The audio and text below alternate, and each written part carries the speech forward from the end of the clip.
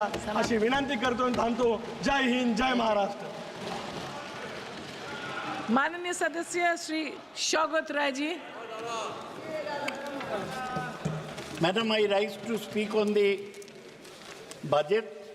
Good that the finance minister is here. Yesterday, Abhishek Banerjee from our party has enunciated all the objections we have to the budget, particularly with regard to the dues to West Bengal on the account of NREGA and Indira Awas Yojana. The government has always been strangely silent on these demands of West Bengal. I again reiterate the same. This has proved to be the most divisive budget in recent times, because a budget is supposed to present the future plans of the government. But this is a budget which is called AB budget, Andhra Bihar budget. They have allotted 59,000 crores to Bihar, 15,000 crores to Andhra Pradesh for a new capital. At least 3 Congress chief ministers, 1 Punjab chief minister, Tamil Nadu chief minister has opposed the budget, and of course our West Bengal chief minister has called this budget an exercise to save the government, and she also said that the budget gave 0 to West Bengal. Now, Madam, I want to say Please, that this budget, Kerala Chief Minister has also opposed the budget, right? Madam, this budget speech, I read it very carefully several times. It's a copy and paste job. They have taken, Congress has already complained that it is taken from their Nyaya Patra. I have seen that you look at 26 education loans. It is the exact program given by West Bengal government for students. Exact, same 10 lakhs. You are not even original. I do not expect the finance minister to be like Dr. Manmohan Singh. She is not a PhD from Oxford, nor even like Chidambaram, who's got a management degree from Harvard. She's from our own JNU. But the problem is that she is bereft. She is bereft of new ideas, which is why this budget reads very dull. And then you realize that all the notes in the budget, they have come from the PMO. Whatever PMO has said, she has no original idea. She has put it in the budget, in the copy and paste type. Now, this year, the budget, the finance minister vowed to spend 2 lakh crores over 5 years on 5 schemes, which are part of what she called the Prime Minister's package, aimed at spurring jobs and imparting skills to 4.1 crore youth. This marked a shift in strategy from the previous government's preferred reliance in letting multiplier and trickle-down effects. Formerly, they said, you give a lot of money, something will trickle down. But now, earlier they did not give any direct handouts to any section of society. The trigger why the budget has changed course is due to the BJP's electoral reverses, where there is a government without a majority. Abhishek called it shaky government. I would call it further brittle government, just like a glass. It may break at any time. The FM tried to address the perceived disenchantment among the youth, the salaried class, farmers and small entrepreneurs. One important thing, Madam, you should take note, that just before the election, the revelations came about the donations received for electoral bonds. BJP alone got 50% of all electoral bonds received by all political parties, 50%, which meant what? This is a government of the moneyed class. As some people say, of the Adanis and Ambanis who contributed to your election, even to yours, Nishikantji. Please don't forget. आपने देखा है? Did you see the revelations? Let him speak. Given to आप जब Supreme Court. बोलेंगे तब जवाब दे देंगे। अरे अदानी मैडम को बोलेगी, एक तो जवाब दे टाइटल देंगे। आप बैठिए, बोलने दीजिए। नाम, madam, no name will be taken. Adani किसी को नाम नहीं है, टाइटल है। बोल दिया। नहीं, आप क्यों पहले बोलेंगे? तो खत्म क्यों? कर दीजिए। क्यों बोलेंगे? खत्म करने दीजिए। क्यों बोलेंगे? खत्म करने दीजिए। क्यों बोलेंगे? बोलছি।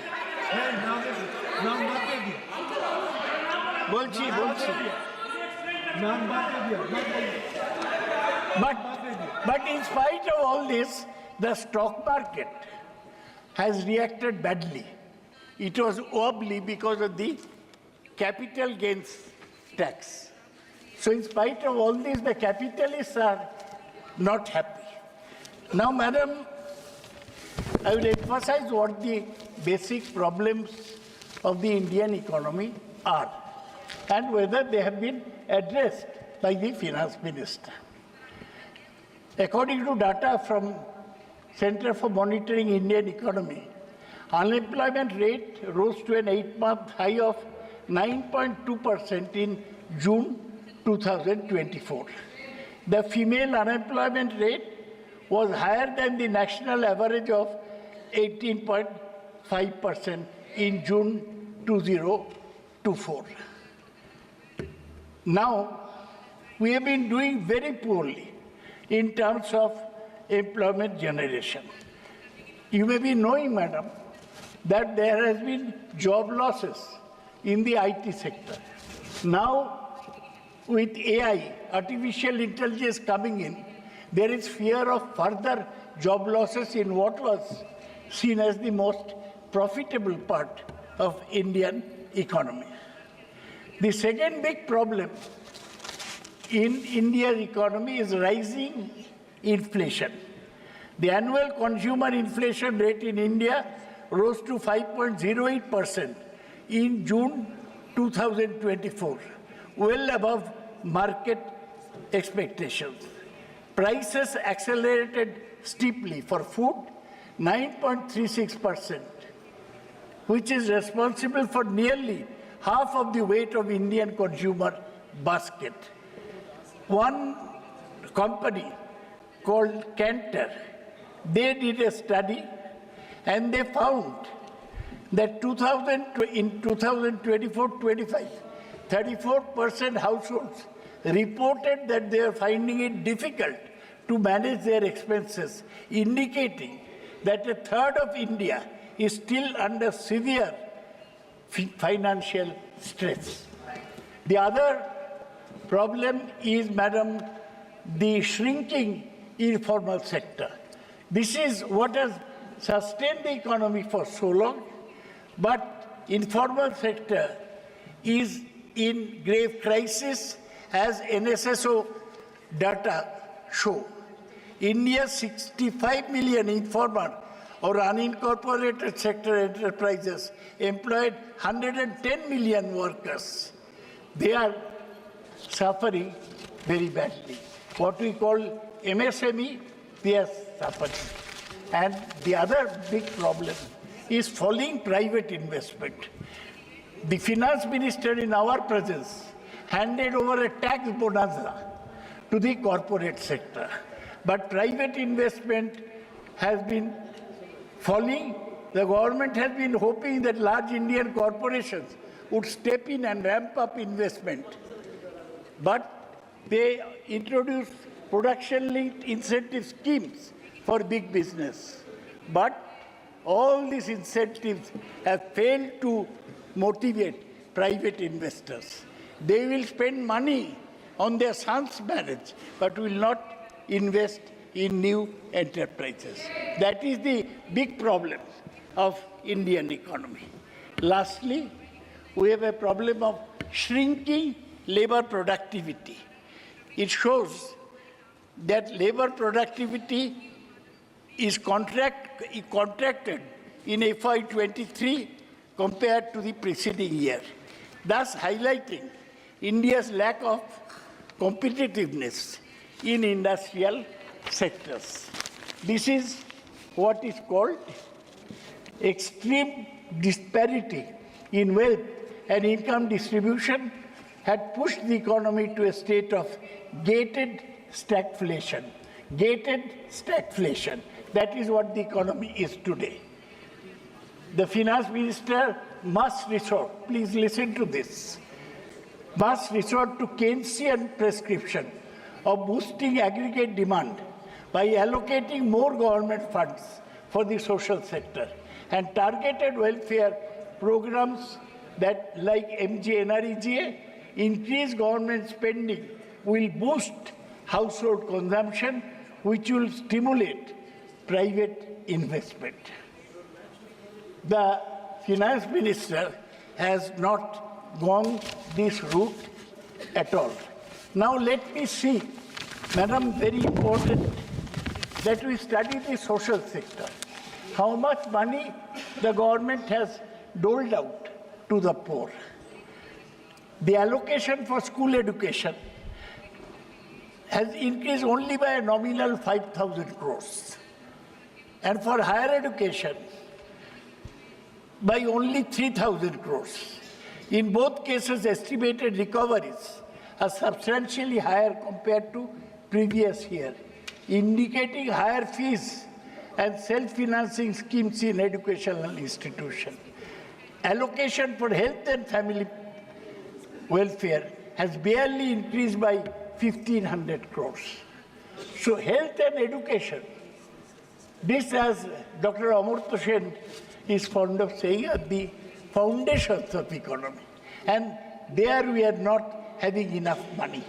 There is hardly any increase in food subsidy too, despite the need for expanding coverage to current population level. Lastly, smaller yet critical schemes, listen to this, ma'am, that address vulnerable populations have not got much attention. There is only a slight increase of rupees 12,467 crores for portion scheme, that is school midday meal. That is actually less than the actual expenditure on this scheme. The other thing is that budgetary allocation for Anganwadis. Madam, you are familiar with all these things. Budgetary allocation for Anganwadis is only 21,200 crores. And it was only 20,554 crore last year. So it means what? There is clearly no hope for higher salaries for Anganwadi workers, which have not been revised in 2018. You have no sympathy for the poor Anganwadi worker girls. Shame. The other thing I want to mention is the budget for National Social Assistance Scheme. You are MP, ma'am. Old people come to you for widow pension and disabled pension. Look at this. The budget for National Social Assistance Program, which gives social security pension to the elderly, single women and disabled, remains unchanged. Not a rupee is added at 9,652 crores, which means This is reduction in real terms, taking into account inflation. Madam, please consider. Lastly, new package is, they say, Prime Minister's package for employment and skilling. Includes government-sponsored internships, formalization of jobs through incentives for EPFO, Employees Provident Fund Organization enrollment, and skill development programs. These schemes do not seem, Madam, may I say, that these schemes do not seem very impressive when one looks at the budgetary allocation. You say that you are taking care of unemployment, but the entire package has an allocation of rupees 2 lakh crore over a period of 5 years. How much? 2 lakh crores in 5 years, 40,000 crores per year for employment generation. Further, the private sector is required to spend money towards this package from CSR funds. Pehle kya hota? Private sector used to develop a school, a hospital, this and that. Now, the Prime Minister is taking in the money from CSR funds by allowing this CSR fund through which companies contribute back to society in some minimal way are now mandated to be used towards subsidizing wages for themselves. How will this economy survive? Rather than discussing dampened demand, stagnant wage, and what can be done to revive employment, the announcement only includes supply side. You're like Milton Friedman. You're indulging in supply side economics. Only includes supply side schemes towards incentivizing the private sector. Private sector, our incentive though, they will create employment. Different versions of this have been tried earlier and have failed. Whether this package will be any different remains to be seen. So this, as Madam, I was saying earlier, is a disappointing anti-poor, anti-rich people, anti-poor people scheme. So one question is, Madam, you have only discovered now, you have been minister for 7 years, though you are not a trained economist, you are lucky that way. And still, it never occurred to her. She is not a trained economist. What's wrong in saying that? She is no Manmohan Singh. She is not even Chidambaram. She is not even Ananta Nageshwar. Ma'am. Achha, why did you not act upon demands made by Bihar, Andhra Pradesh and Odisha earlier? Why are you thinking of them now? Only because of the political compulsions. In your brittle, unstable government, they are the crutches on which you lean. And your economy, your budget is going haywire because lopsided because of all these things. India is more unequal now than in the 1920s. It's an unequal society that we have.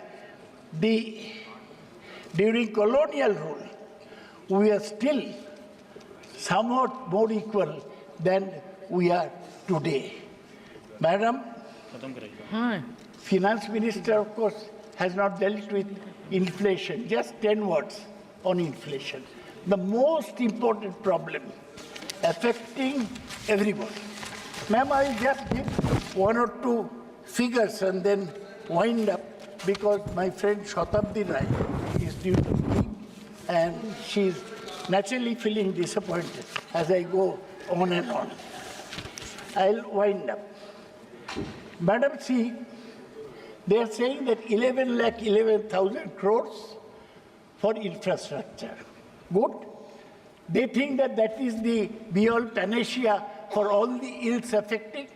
We ready medicine? Has it been? One infrastructure project, madam, will take 5 to 10 years to complete.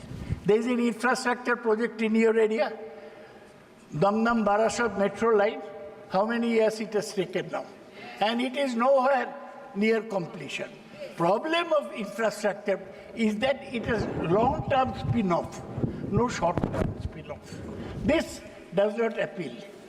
I'll give you a figure. Even railway minister, they say Ashwini Vaishnav is a great railway minister. He has introduced Vande Bharat train. This year,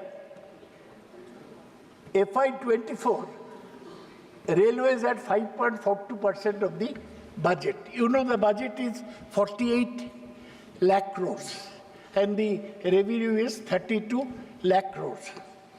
Now railways have gone less, 5.42 to 5.3.